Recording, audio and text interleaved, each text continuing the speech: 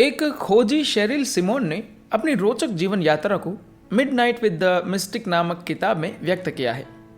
इस स्तंभ में आप उसी किताब के हिंदी अनुवाद को इस धारावाहिक में सुन रहे हैं। इस वीडियो में वे सद्गुरु की सहायक स्वयंसेवी लीला से अपनी मुलाकात के अनुभव साझा कर रही है।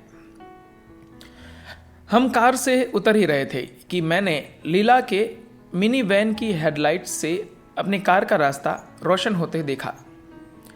कौन कहता है कि योगियों को समय का अनुमान नहीं होता।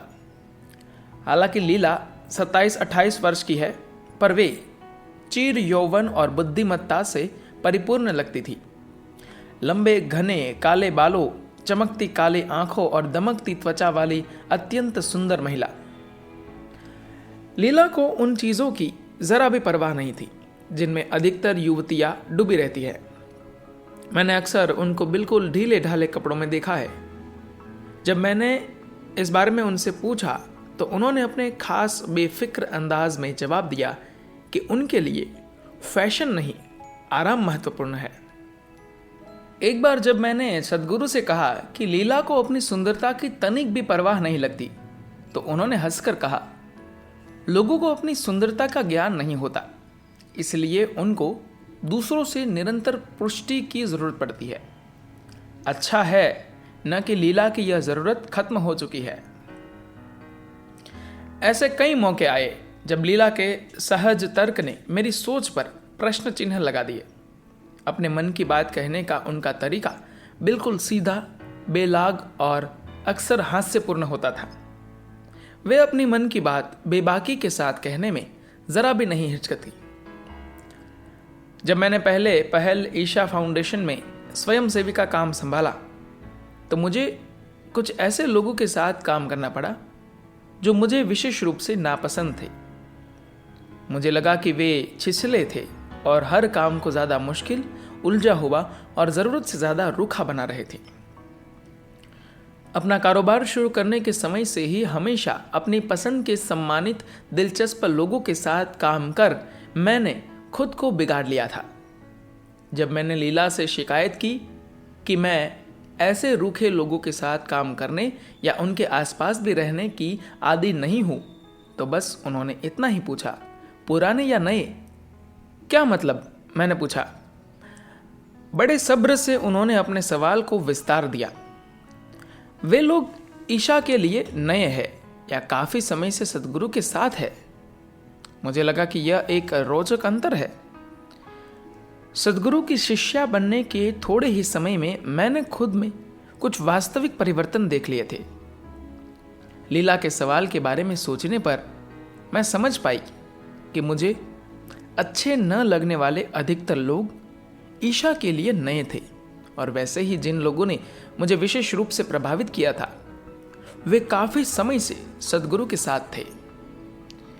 इस बारे में सोचते हुए मैंने अनुभव किया कि परिचय के थोड़े से समय में ही मैं खुद देख पा रही थी कि ईशा के लोगों में कैसे परिवर्तन हो रहे हैं।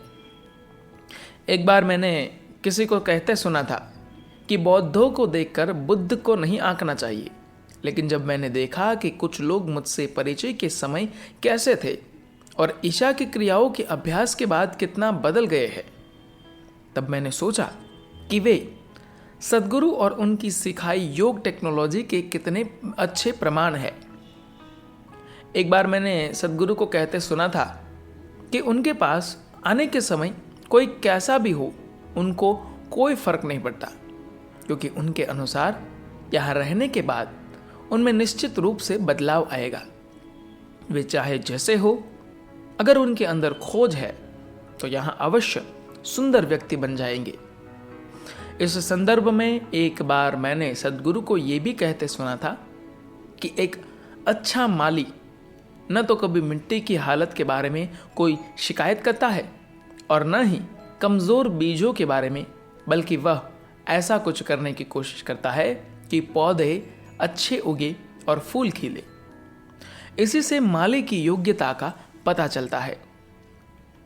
लीला ने मुझे बताया कि जब उन्होंने पहल ईशा फाउंडेशन में स्वयं सेवा शुरू की थी, तब वे ऐसे लोगों को ढूंढती थी जो उनको बिल्कुल पसंद न आए और फिर उनके साथ काम करती थी।